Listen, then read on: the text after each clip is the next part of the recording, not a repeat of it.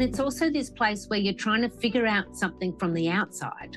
Like, I think we do that a lot. I think our inner critics do that a lot. They will keep us on the skirts of something where it is safe. Because, like I've learned through you, Tosca, like the inner critic is trying to keep you safe. It's trying to, save face or, not take a big risk. And so we, from the outside looking in, make a whole heap of decisions which are either true or not true, but we're making them from the outside, not the inside. Hello and welcome to the Unlock Lab. I'm so glad you're here. I'm your host, Tosca DiMatteo, and I'm super thrilled to be here with you today with an amazing friend and guest, Deb D, the founder of Big Life Magic. We're going to talk today about how community supports inner critic work, because y'all know, if you've tuned in once or twice, that this is something I'm really passionate about that I think breaks through how we're holding ourselves back. But I have a feeling this conversation is going to go deep into what is community and why do we need it and all the good stuff. Before I go any further, if you're new to the podcast, let me just briefly introduce myself.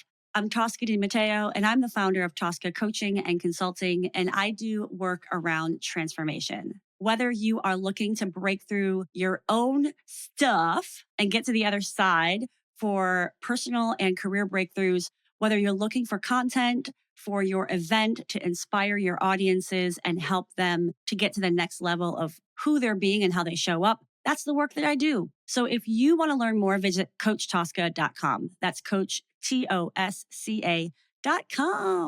All right, jumping right in to community and to Deb. First, I'm going to give a brief intro to Deb D here and then pass it off for her to kind of fill in the blanks. But I've known Deb for many years. She's a dear friend of mine. And the core of who Deb is somebody that just is all heart, all heart. She just loves so deeply and so broadly.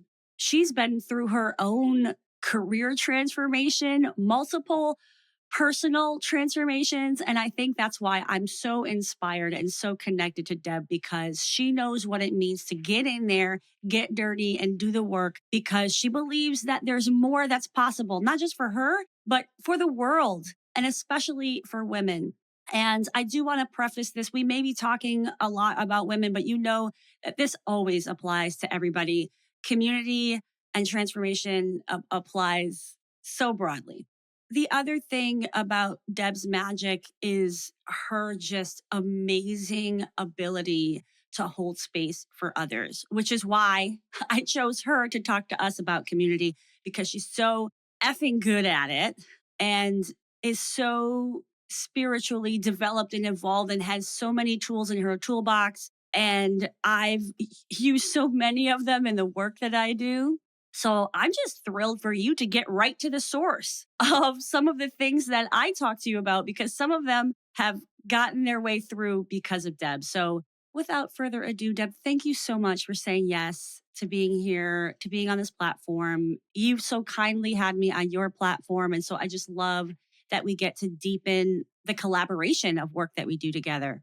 I'll pass it over to you to fill in the blank of, oh my gosh, I'm thinking you're like a global citizen. You've been all over the world. Like I missed that, but there's so much that I missed, but I'll just pass it over to you to fill in what you hope the audience learns about you today. Thank you. It's always this strange, like exciting, kind of awkward moment when someone else is talking about you and you're in the space. Because it's like, can we be present with ourselves, with how others see us? So I want to say thank you for like literally leading with heart and saying, that I have a big heart, because I claim it. I do. And I've worked on alchemizing my heart, and it is a really important part of the work that I do.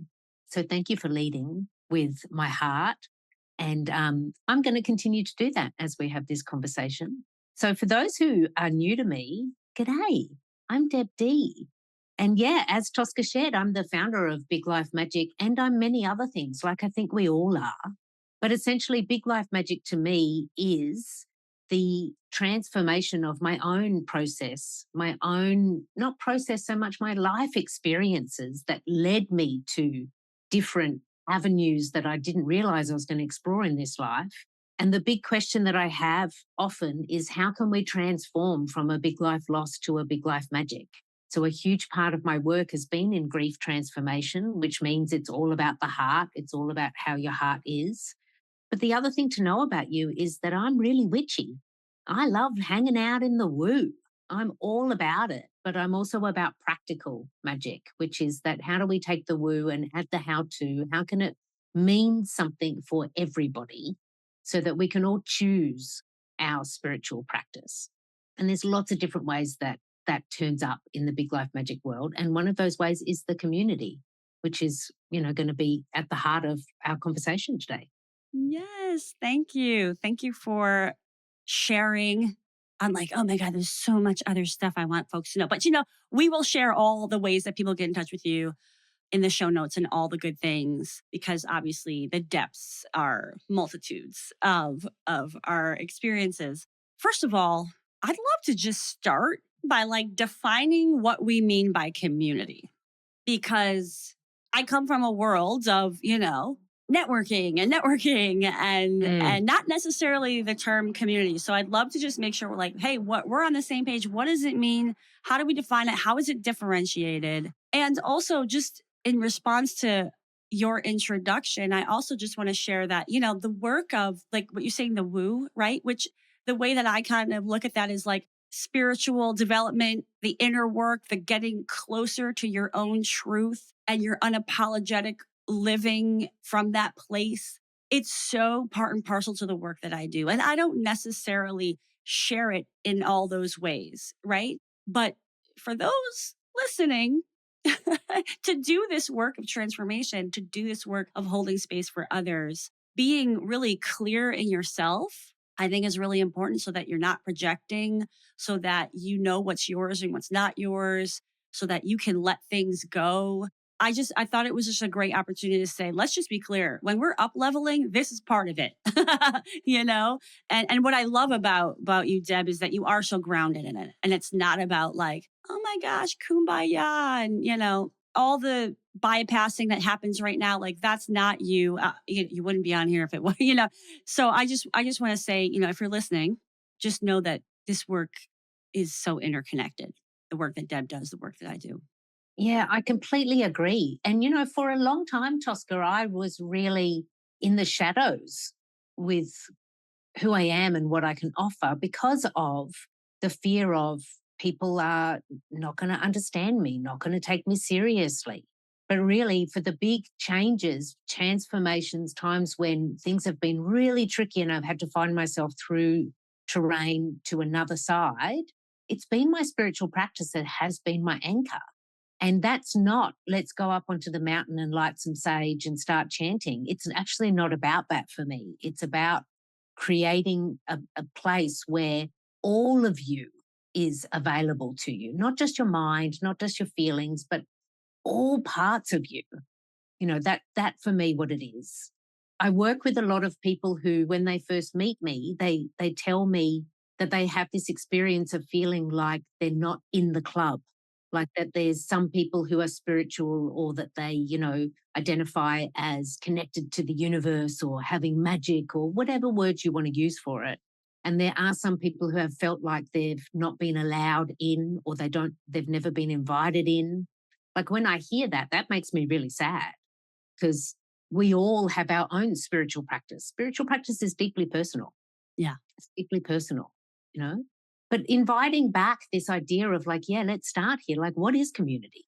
Community really, for me, if you want to just go to the bare bones definition of it, I think community is defined by people or place. So it's the gathering together of a group of people who are either connected because of who they are, what they're interested in, or where they are. Because like when I reflect on, I've been connected to many communities in my life, and some of them weren't necessarily my choice. Mm. I grew up Catholic.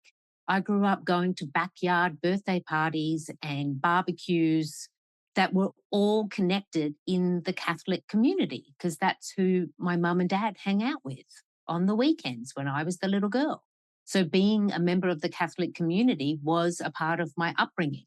And at the time, I didn't see it as the Catholic community because that didn't mean anything to me as a young girl. I saw it as the families that we all hung out with on the weekends. And we also tended to see them at church on a Sunday. But to my mum and dad, the Catholic community was a huge part of our family.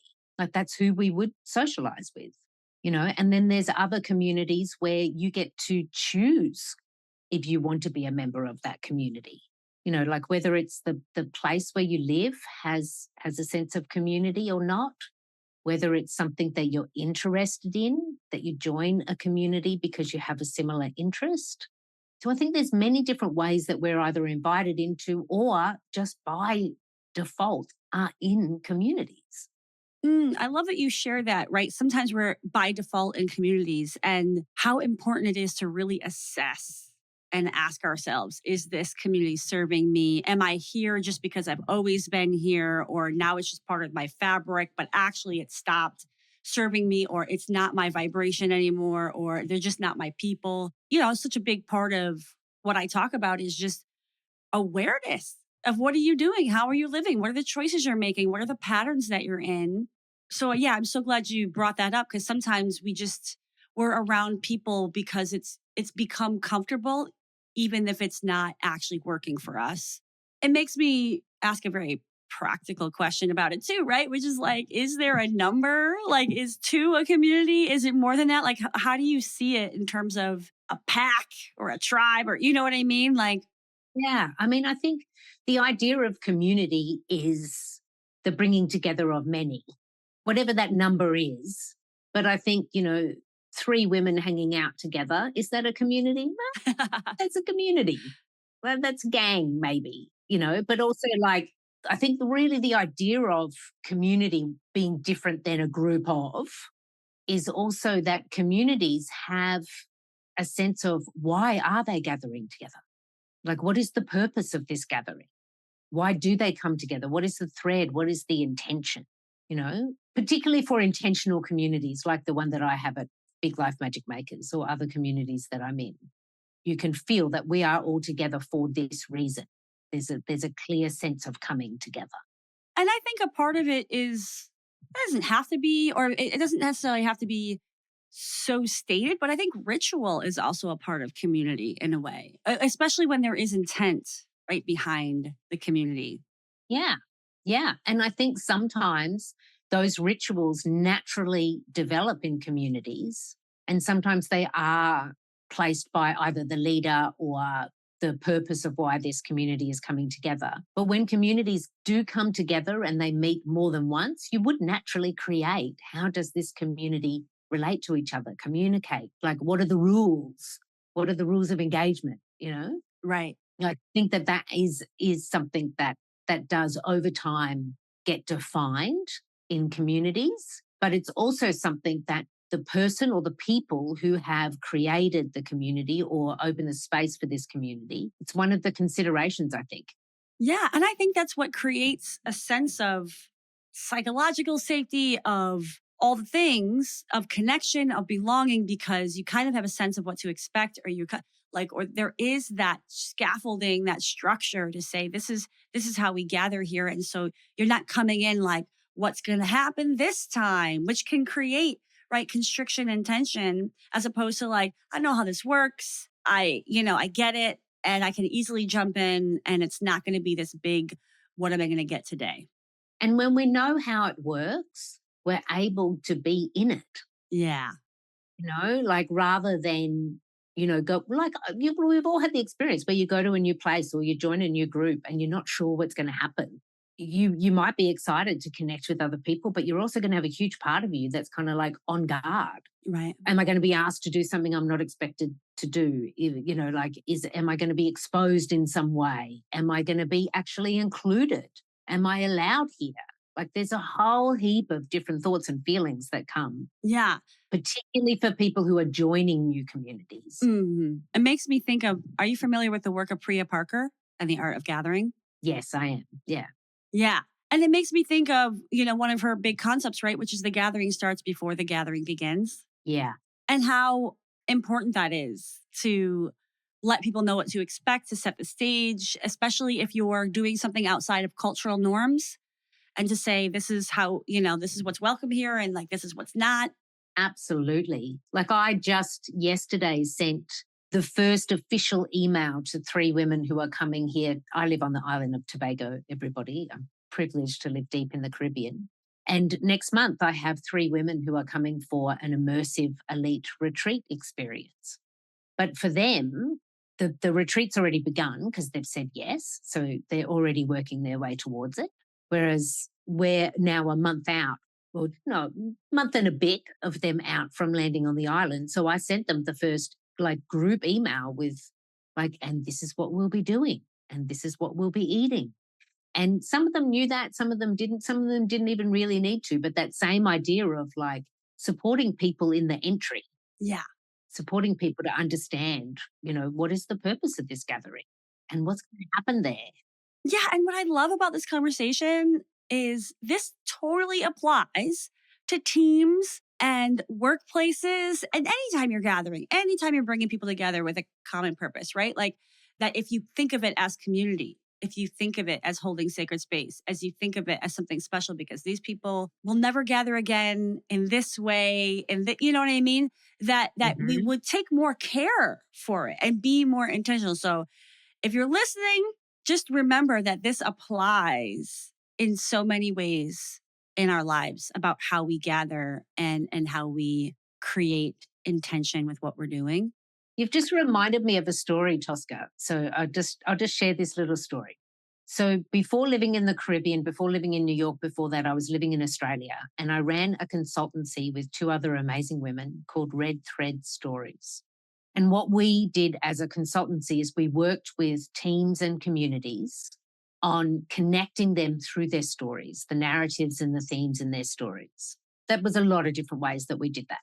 But I have this really clear memory that popped in. One day we were doing a team training day for a really diverse team, and they were all working for a disability service. And so some of them were working more like one on one with the people, some of them were in the management, but the whole team, the whole management, and all of the frontline workers of this team had all come together from this organization to work with us on a whole day around just team development, understanding each other, connecting through stories. And as the 3 facilitators, we went to the workshop space early, like we always did that, because we had that sense of like setting the space, aligning the 3 of us before we facilitated together. And we would always facilitate in circles. Mm. So we took all those plastic chairs in that random conference room and we put them all in a big circle so that when everyone came, they could see that this is where we're going to gather. This is how we're going to begin. Everyone's going to sit in a chair in a circle. And as they all start to kind of file in, I hear one guy say to his work colleague, "Oh, God, it's a circle." And I heard it, and so I kind of looked up to him, and he kind of realized he was like busted, right? And I was like, I don't want this to be his first experience of walking in. Like, obviously, there's something about group processes or being on this team day that's like he's already not on board, right? And so I looked at him, and I kind of like he noticed that he'd been busted by me, one of the facilitators, and I said, "Yeah, the beauty of a circle is no one's in the back row." And he just kind of stopped and took a breath, and it was this moment for him of like, oh, okay. Like there's a reason behind this. It's not anything other than everyone's included. No one's in the front row, no one's in the back row, which is why we used to always facilitate in circles. And that's what the community that I run now, the Big Life Magic Makers, we call our gatherings circles, because this idea of like everybody can be seen in the circle. There is no front row or back row.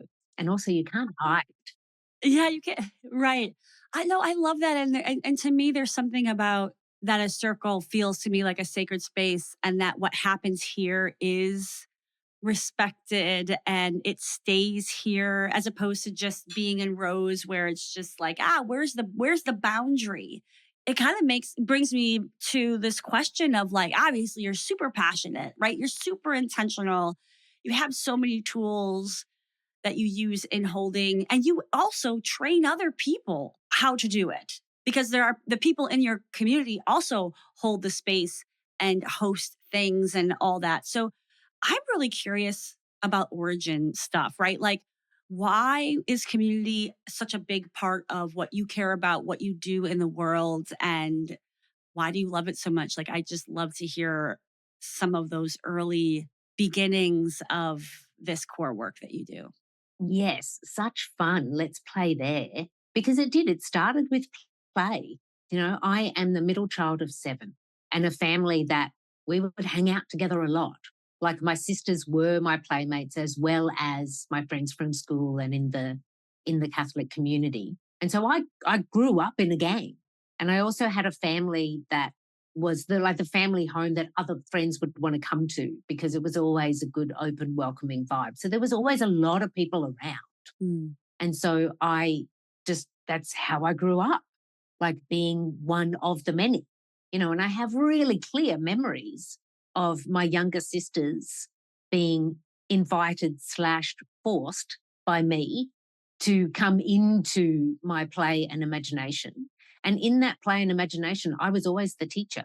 Mm. Or I was always the person leading, like gathering people together for a purpose, right? Like when I was little, I didn't know you could be a community activator. Like to me, I saw teachers at school or, the priest standing in front of the congregation at church. So that's what I started to mirror. But this idea of gathering people together and sharing experience, I naturally did this as a kid. And I was lucky because I had my sisters around who said, okay, Deb, we'll play. Yes, oh my God. I love this so much, right? Because a big part of the work that I do is supporting people in figuring out what's next. And like they might feel stuck or they don't know what they want to do next, right? They've had one career or two careers and they're just not fulfilled. And what I love about what you're sharing is like we have so many puzzle pieces of our lives. And sometimes we forget the value of going way, way back before we started getting jaded, before we started playing by all the rules and whatever, to say, because this goes so far back for you. And I'm not saying everybody has that, right? That connection with their purpose from their childhood, but that there's so much information when we look at who we were right before all the things happened to us. So thank you for sharing that. What a beautiful story. The other part that is definitely a huge thread here in the tapestry of what I bring forward is when I moved from, high school living with my family into university, I studied theatre. So I'm a theatre kid, and I knew this before leaving high school. Like I knew that I was interested in people and their stories as opposed to like maths and science, even though I could do that. It wasn't that, I wasn't interested in it or my brain didn't go that way. It was like I had more of an interest in people and their stories, which led me to studying theatre. But when I studied theatre at university, I wasn't studying to become an actor or a director. I studied community theatre. Like, what does it mean to use theatre practices within communities? How can theatre practices be educational? How can theatre practices bring people together? So the term used now is applied theatre. Back in the day when I was at university, it was called community theatre. And so it's this idea of using theatre-based practices and applications in communities or teams or organisations, which is what led me to the work that I did all through my 20s and into my 30s, which was using theatre forms, theatre practices to bring people together for a purpose. And sometimes that was community-based. One example is for years I ran a community arts program in a small town that was not connected to anything. And they didn't really have a community identity. So I worked with the youth and some circus trainers. Literally, we created a community circus. Such fun. But then also this work with Red Thread Stories, where we would work with different organizations in actually bringing them together through their stories. And so when you work deeply in, applied theatre and community theatre practices, you are always thinking about the ensemble. Mm. You're always thinking about how people gather and the common threads of those stories. And it's literally in what you do, in like, how do we begin? What happens next? it's so in me now from those years and years and years of these different theatre practices and 20 plus years as an applied theatre practitioner in playback theatre, a very particular type of theatre form where it's about connecting people with their stories. From like my early adult way into my 30s, I was deep, deep, deep in how do we bring people together and how do we connect people in a way that feels good. You have such a strong thread, right? Like Yeah. of the work that you do. And it's funny because personally, like, I grew up with I spent a lot of time with a big Italian family on my Italian side, and so that was my experience, right? In terms of, yeah, big groups, kind of a little chaotic, right? Food at the core of it all. It definitely was a place of belonging, right? It was definitely a part of my identity, but it wasn't necessarily a place for emotional support or getting to the next level. It's not like it was a community where like my family and, my relatives were like, tell me what's going on with you. And like, it wasn't that, right? So, and then combine that with like it just being, raised with a very strong sense of rugged individualism and do it on your own.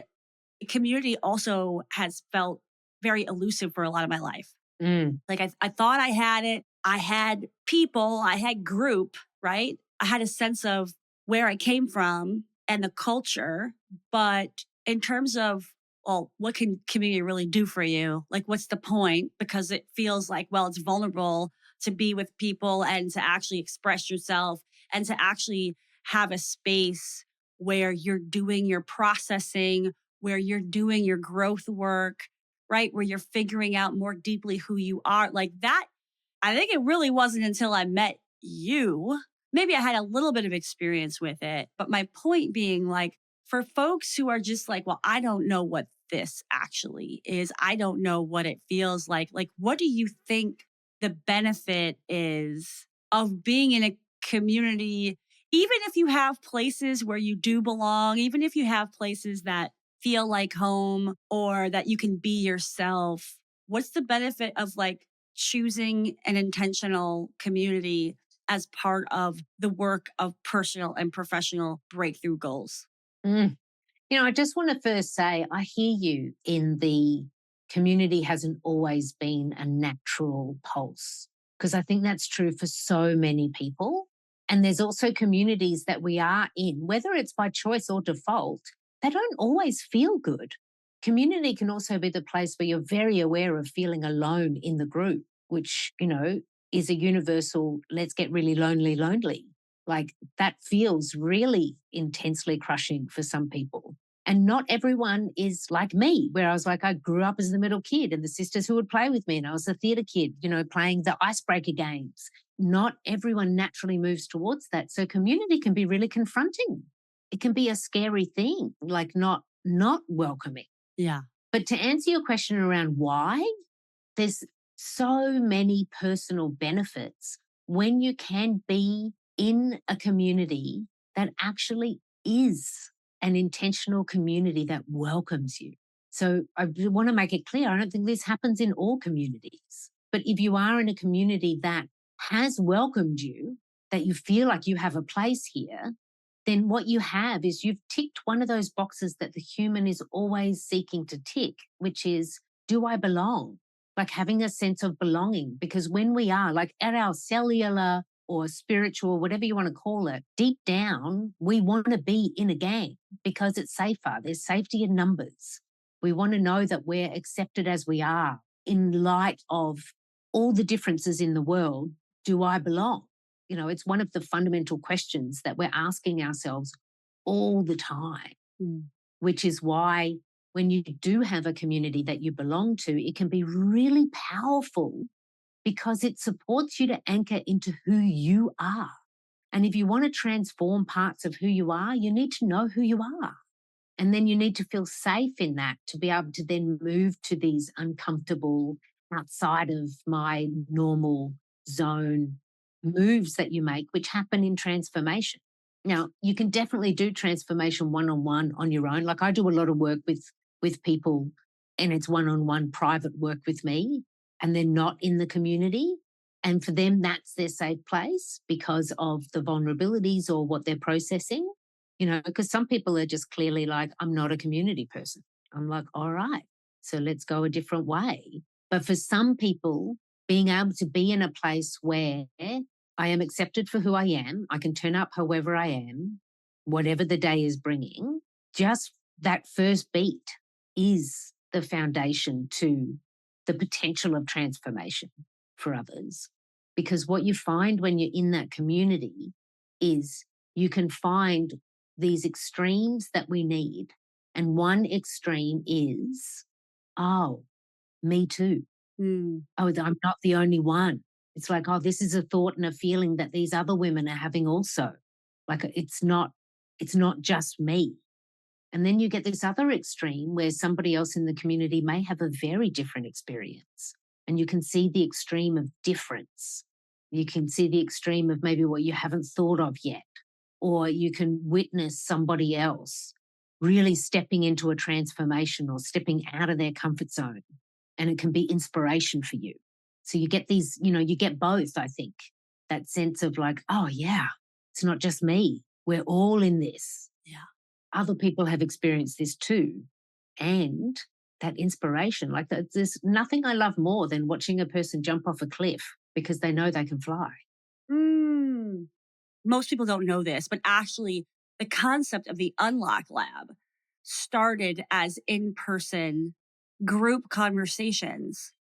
I learned so much about the power of holding space for the wisdom of the group to come out.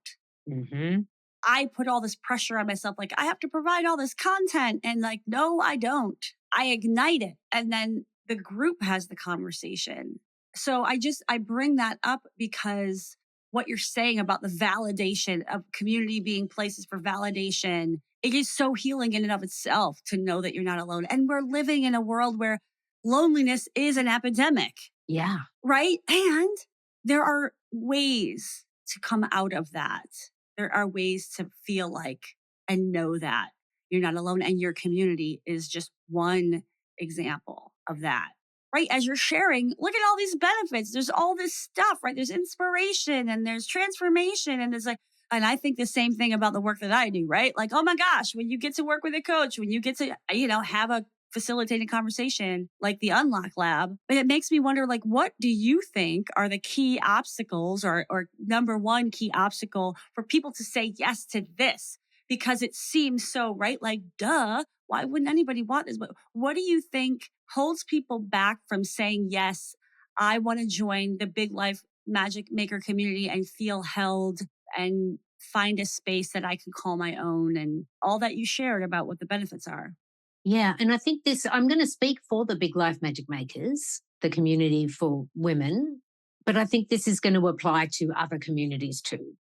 And I think one of the obstacles is the experience that some people still have living in their muscle of being in a group where they didn't feel like they belonged and not wanting to reactivate that feeling again. And so just deciding that community is not for them. They don't belong in the group. They're just going to stay where it's safe, and I don't deny that. That can be really deeply painful for some people. Some people get locked in their head too. Are these my people? Will I be accepted here? Which then kind of gets translated into what exactly are you going to be doing? Am I going to be asked to answer a question I'm not ready to answer? Or are we going to be doing something I may not feel comfortable with? And that's just a way of people creating an obstacle for themselves. All of those little like what ifs, I don't know, give me more detail. That's just the treading of water because I'm not feeling safe. This is a perfect actually way into the inner critic conversation that was part of the intention of today, because we carry our baggage with us. We think the past experience will dictate our future experience. And so the fear mindsets, the inner critics that are trying to keep us safe from well, you don't want to go there and then be rejected. Yeah. And it also connects not just to the inner critic piece, but also to this idea of we get to experiment. We're so afraid to say yes and then have it be the wrong thing, as opposed to let me just say yes and just give it a try. And you know what? If I join this thing for a month or two, or I come to whatever and it's not my bag, great. It's not like it's just I'm trying. And I think that's part of transformation, right? Is trying something new to get different results. But we hold ourselves back because we think that next decision has to be the absolute perfect right decision, as opposed to just putting on a lab coat and saying, I mean, literally why I call this the unlock lab, and saying, let me just try something. Yeah, experiment. Yeah, Yeah, yeah. it's no different than trying to find a therapist or finding a coach and saying, I know I need support, or I know I need community. Let me jump into this circle and see if it fits. And you know what? If not, fine. I'm worthy of investigating how else I can be supportive, as opposed to that mindset of like, I just threw however many dollars away. Yeah, and it's also this place where you're trying to figure out something from the outside. Like I think we do that a lot. I think our inner critics do that a lot. They will keep us on the skirts of something where it is safe. Mhm. Because, like I've learned through you, Tosca, like the inner critic is trying to keep you safe. It's trying to, save face or, not take a big risk. And so we, from the outside looking in, make a whole heap of decisions, which are either true or not true, but we're making them from the outside, not the inside. So I always say to people who are interested, I say it's always open to come to an event and see it from the inside, because I'm not going to be the person who is going to convince you that we are the community for you. I don't know what you need. I don't know exactly how this is going to feel for you. We're all amazingly, exquisitely unique. I know that we have a really open, diverse, amazing community that does celebrate when people join us. But I'm not going to speak for everybody on the outside looking in. Right. I can't. I can't. Yep. But I do. I welcome everybody. Follow your curiosity. Come to an event. Just sit and be with us and then feel it from the inside. Follow your curiosity from the inside rather than making decisions from the outside.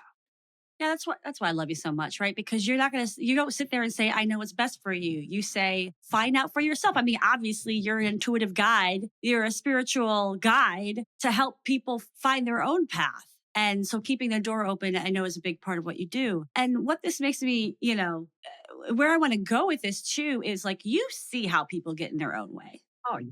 You see how they get in their own way of grief recovery, of the big life that you can see is possible for them. You see in the circles themselves when people are beating themselves up, and now, right, that you have a real strong sense of what inner critic work is. I'm curious your take on the role that community can have and maybe has had, that you've seen in terms of people shifting their relationship with their inner critic and accessing their inner cheerleader. I'd love to hear what you think about that. Yes, please. I mean, it's that thing of, like I was saying before, with the extremes of like, I'm not the only one, plus also the inspiration of something new and different. But it's also this. And this I see in the community again and again. And when this happens, it's a absolutely delightful moment for me as the founder of this community. It's when another woman is reflecting to another woman in the community what they see in them.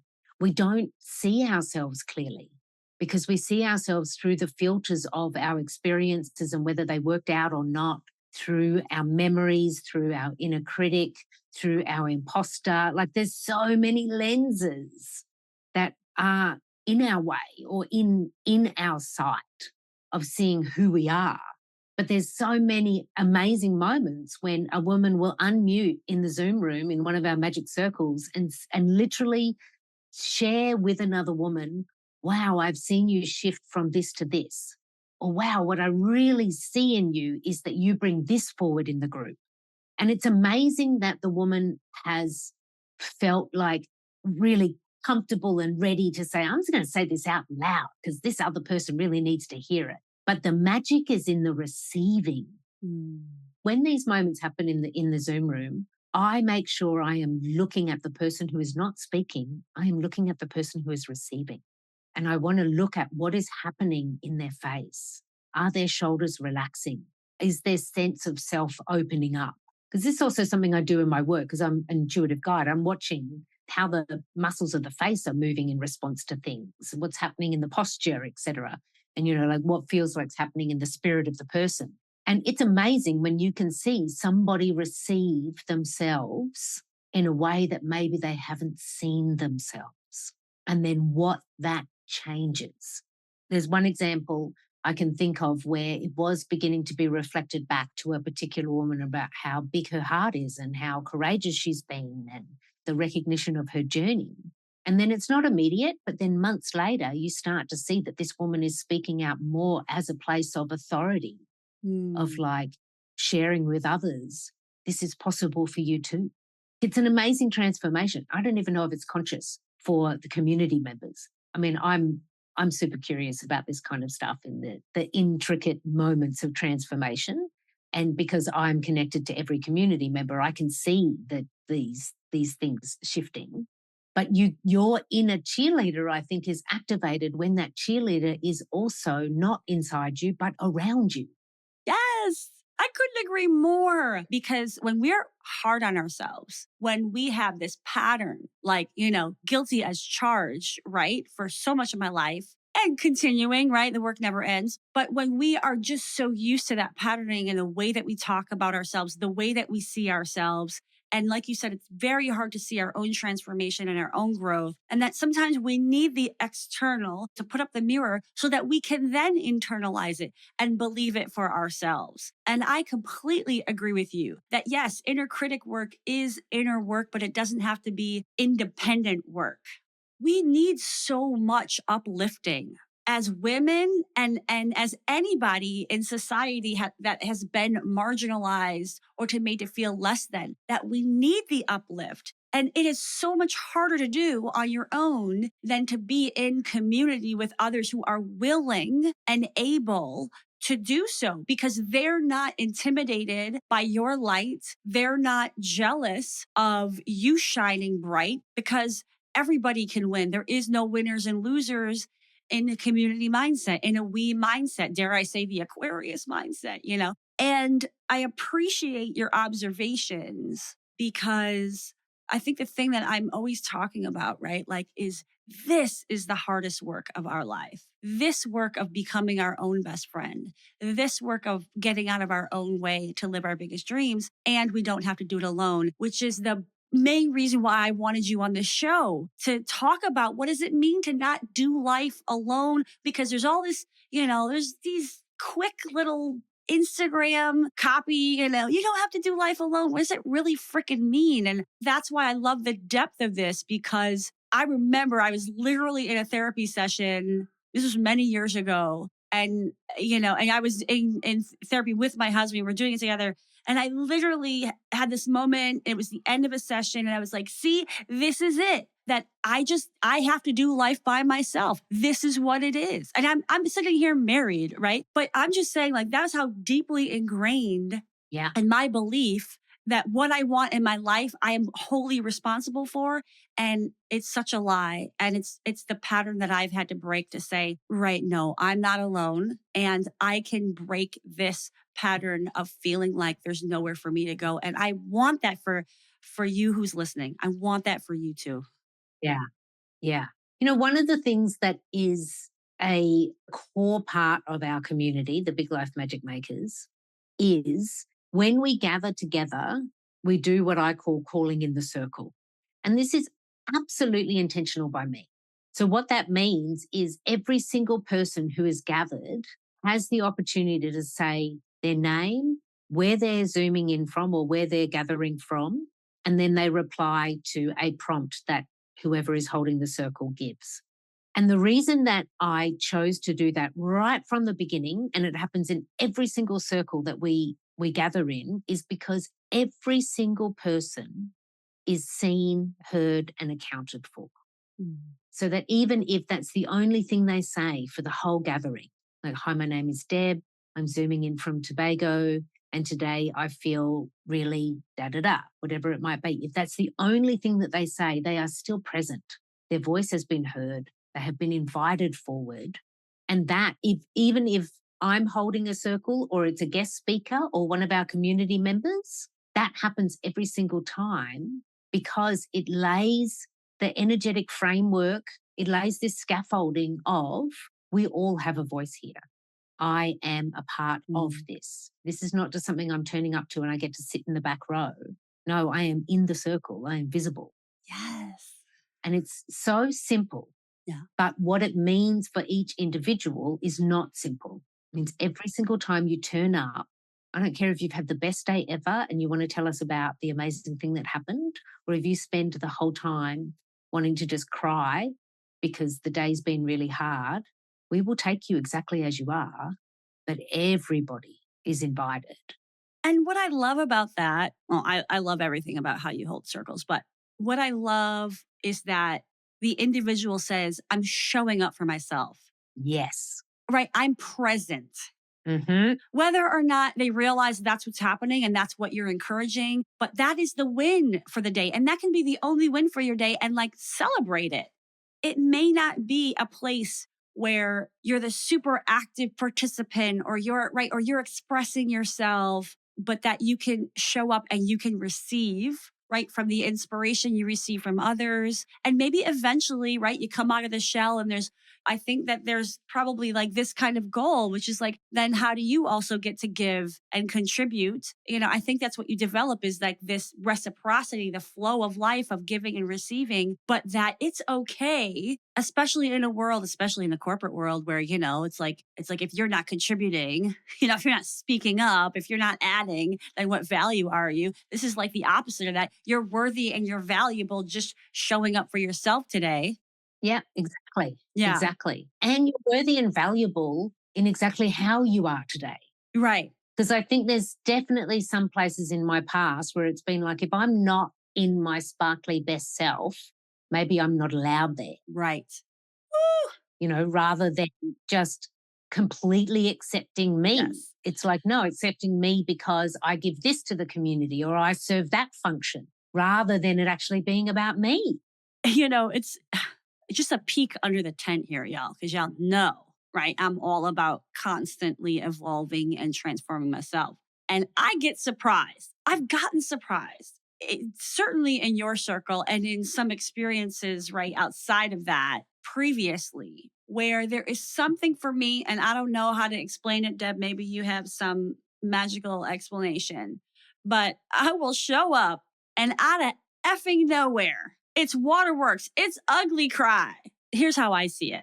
Because like I want to show up shiny and bright and, my light and inspiring other people. Obviously, I'd love to show up in every space that way. But sometimes I show up and I'm a hot friggin' mess. And the way that I've come to understand it, and I'd love to hear your perspective, is that I've found a space that feels so safe for me to self-express without judgment, without anybody having to fix me, without anybody, pitying me. I could just be in my own muck, but being held with it. And there's something real healing about that. I mean, it's release, right? For me, it's like I show up and I just like blah. And it's release. And then sometimes I have an emotional hangover where I feel like embarrassed, right? I did the thing, but that's part of the process, I think, for me, right? Which is just allowing myself, giving myself permission to be witnessed by others in my muck and know that it's okay and that I'm still worthy of love and being held. So I want to share that because the transformation process, we don't know what it's going to look like. And there's no, right. This is why I say to my clients, like, I don't have a 12-step process that I pull off the shelf and like, here's what it is for you. It looks different for everybody. And I'm just being real honest about this is part of my process, which is just like, sometimes I just show up and things show up for me that need to be released that I wasn't expecting. We're not in control of the process. We just have to allow it. I'm so glad that you brought this up because there is something that I don't think is obvious that I want to share. There's so much to be considered if you are the leader of a community or if you are the founder or if you're in the organizing committee, like, for example, I've already shared one, which is just like, how do we begin? How do we ensure everyone is welcomed and feels like they belong here? You can do that in whatever way that you want. But I think that that's important, like how like, let's begin as we wish to continue, right? So there's that. But there's also, when people join the Big Life Magic Makers, I mean, you may not remember because you've been in the community since the doors opened in February 2022. everyone gets the magic agreements, Mm. which are, this is as a community what we all agree. And one of those agreements is we don't try to fix or heal anybody. We leave people to their own experience. If we have something we want to share, we ask permission first. Tosca, would you like to hear this from me? Which means now, because like any new member who comes, they get those magic agreements. They get the fancy designed PDF. And there's only 5 of them. It's not like there's a whole heap of rules, but it was important for me to understand, what am I inviting people into and how are we going to be together? And that's the leading energy. The person who is the founder or started the group, or, is the person who gathers the people together once a week, or however the community operates, you are the leading energy. So how you lead, how you create this space, how you let other people know where the boundary is, where the line is, what's allowed, how we operate, all of that is deeply important to what then happens inside that community. Because of the way the Big Life Magic Makers is set up, where we're all seen and heard, you can come exactly as you are. We don't try to fix or heal anybody else. Everyone's diverse experience is valid. It means that you can turn up, and even if you're not aware of it, you can get an emotional release when you need it, because that has become for you as a known safe space. And also as the leading energy of that community, you said it right from the beginning of the podcast, I am heart-led, which means if I'm the leading energy of this community, I'm inviting everyone to bring their hearts because I bring mine. It's not written in the agreements. It's not what I say when I open up circles, but that's what I know I'm doing when I'm opening up these circles. It's like, I'm going to stay. So the things that I'm really anchored into, Tosca, for the Big Life Magic Makers is I always tell the truth. I am a spiritual teacher. I've been working in spiritual practice for, 30 years now. I know a lot of stuff and I'm still figuring it out. I share the stories of things that aren't working for me, or the time that I sabotage my own transformation, or where I'm trying to figure out a tricky relationship, as well as the stories of like, hey, I figured out this new thing. Here's a new activation. Let's play with this in the community. I'm sharing that too. Me being honest is one of the leading energies that I have chosen to commit to. Me being focused on it's actually how we feel, not what we think, is another leading energy. And then the other is just accepting everyone exactly as they are and who they are in this moment, in this breath, which means I have to do that for myself, which is why sometimes, I've opened up circles and I'll say to the group, like I said this just the last circle that we ran, I was like, today I had to take an extended nap in the afternoon because I wanted to turn up for this community in the best energy possible. And I was not having a good day. And so I canceled the calendar for the afternoon. And I did. I literally took a nap and I said some prayers and I allowed myself to lay in the bed and I allowed myself to feel sorry for myself in the little moment and then snooze and then wake up, because my intention is so clear. I turn up honest, heart-led, and in the best possible energy that I can, because I am the leading energy of this community. I'm having a very proud friend moment right now. I'm like, hey, y'all, this is my friend Deb D. I'm just so happy for you to meet her. I love it. I love because you walk the talk, you embody the work, right? And I operate in the same way. And I think it's so important as part of how we determine the places and spaces and solutions for us is looking at these types of things to say, do you walk the talk? How have you come to this place? What really is your experience? Because we have a lot of people out there doing stuff that it's a real thin ice that they're building something off of. And that's really scary, especially in the coaching spaces, in the spiritual spaces, all that stuff. And it's also reminding me, your story is also reminding me, I think of one, like maybe not the first, maybe the second time we had like one-on-one. And I remember being really emotional. I'm like, what is happening here? I don't know what. I'm someone that just doesn't cry with other people usually. I mean, at that time in my life. And you were like, yeah, I know this is normal. This is what people do. This is just what happens. Yeah, it does. It's so effing true. And because of who you are and because you lead with your heart and all the work, like you said, that you do is heart work. Gosh, how amazing would the world be if we just all moved 1% in the direction of heart work?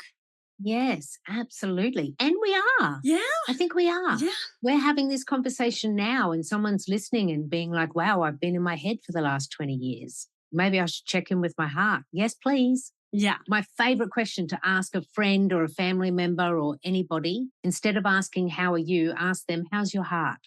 Just go to the heart of the matter. I learned to ask that question, especially with people grieving from you.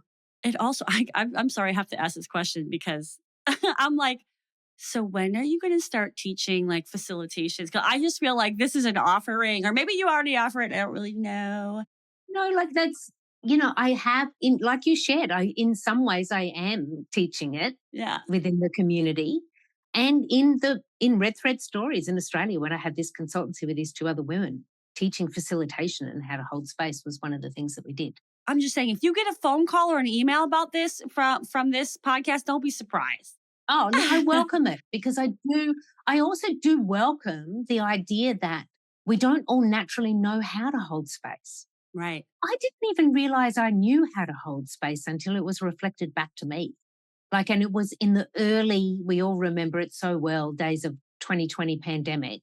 One of the things I did in those early months is I held circles for people to be able to talk about what was happening. And the reason I held those circles for different like networking groups, communities, organizations, the reason people were reaching out to me is because they said that one line, you know how to hold space. We trust that you can hold this space. And I was like, oh, I guess I can hold space because everyone's telling me that I can. But I had just naturally been doing it Right. because of being the kid, being the theatre practitioner, et cetera, because of who I am. And then also because of the grief work that I have done, where I've processed my own deep grief, supported other people to do that. I also know what it means to hold space that doesn't feel emotionally anchored. Mm, It can feel broken or hurt or scary. But then inside the Big Life Magic Makers, one of the things that we do is the community are invited to step forward and either hold a full moon gathering or bring their skills and talents forward. And one of the things that I do is I meet with those magic makers, those women before they teach, and I let them know, we always make sure we call in the circle. We always make sure we close the circle and I support them in like, what do you want to share? What's your plan? It's tender yeah. for some people because people are really nervous about leading, Yeah. but even when they're a really valued, loved member of the community. And for some people, it's because they want to do the best job ever. For some people, because they've never actually been supported in how do I lead and hold space. Right. It's not something that's natural or intuitive for everybody. And so I do love that element of being able to work with the women because, I always meet with them afterwards and say, when were you having the most fun? Like what did you really enjoy? Yeah, and people love it when they take the leap, and they do the thing that was scary for them. They freaking love it, right? It's empowering, all the things. And for you listening, if your heart skipped a beat, if you're like, gosh, I would love to do that, pay attention because we need people in the world that are willing to help folks gather and to do it well and to create spaces. I think part of where we are in society is because of competitiveness, because of scarcity mindset, because of fear and our inner critics telling us who are we to gather the people. Will nobody will show up or who will want to do this thing, right? All that.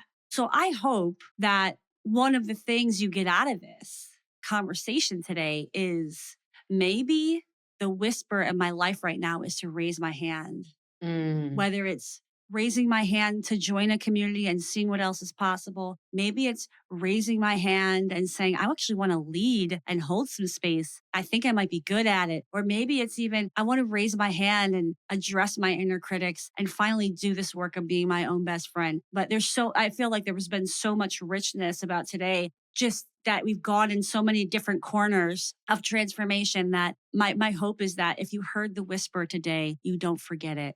You lean into it and you take a micro action towards answering that whisper because a whisper it ain't going to go away until you pick up the phone, you take the step. Oh my gosh, this is I feel there's so much other stuff we could talk about, but I want to respect your time and I guess I just want to pause and ask, was there something else that you feel like important to say that hasn't been shared as it relates to community, perhaps even inner critics in community? Like, what do you want people to know that maybe we haven't talked about? This is something that's kind of recent, like in terms of like months old for me, but it was a real kind of like, oh, moment. And this relates to the Big Life Magic Makers, but I want to open it up to be universal around communities for people, especially when they're thinking about joining a community. So in the Big Life Magic Makers, we come together for spiritual practice, to have a scaffolding around our spiritual practice. We meet at the moon. We talk about our intuition. But what I realized months ago through the women in the community is it's not about the magic. It's about the women being together and that value of being together and being seen. And then I hear from the women, like, what's the value that you get? What's the benefit of being in the community? Because I just recently did some member interviews, which was so insightful and delightful. And they, people didn't say like, oh, like I'm really attuned with the moon now. People didn't say that. What they're saying is I've learned to trust myself. I never really got that self-love thing. Now I get it. I'm moving in that direction. So it's actually about the women. It's about the people, not what we do, not what I'm teaching. And I think for everybody who's hearing that whisper of like, oh, maybe I want to start a community, or maybe I want to join a community. Maybe it's not about the books that the book club is reading. Maybe it's not about the bike rides that the bike community is taking. Maybe it's about you and you connecting with other humans in a really positive way, because then what happens is you get that positivity developed within you, whether it's trust or self-love or believing that you can actually get what you're going for, whatever it might be. It's actually about the people. Communities really are about people connecting. And the desire is that those people connect in positive ways for the community as a whole, but then for those individuals with what they need. Amen. Amen to that. I love that. Thank you so much for sharing your stories, for sharing more about what your community is all about. I'll put the ways people can connect with you in the show notes, but just for right now, who wants to kind of find you right away, what's the best way to find you and learn more about what you have to offer? Like biglifemagic.com is, the multiverse. That's where you can find out more about the community, find out more about me. I want to invite this. If anyone is interested in Big Life Magic Makers, reach out to me. I'll tell you when the next few events are. You can align your calendar and come. Like, check us out from the inside. That's what I always say. The door is open. So for any woman who's listening and being like, I actually want a community of supportive women, then I invite you. And for anybody listening, if you want to know about holding space, if you want to know about intentional communities, if you want to know anything about me, then feel free to reach out. We can make some time. Oh, I love that. Yes, yes, yes. You will not be disappointed if you do. I mean, oh my goodness, please do. Deb is such a beautiful soul to have in your sphere, in your orbit, in your world. So if you feel pulled and called to further explore, I couldn't recommend a better person to be connected with. Thank you. I'll receive. Thank you so much. Thank you for staying with us. This is, one of our deep dive interviews. They're never short. I'm all about long form content. So if you found value from this conversation, please rate, review, like this podcast on the platform that you're listening to. That would be amazing and a great gift of gratitude back to us. And thank you for joining the Unlock Lab. Thank you for being here. Ciao for now.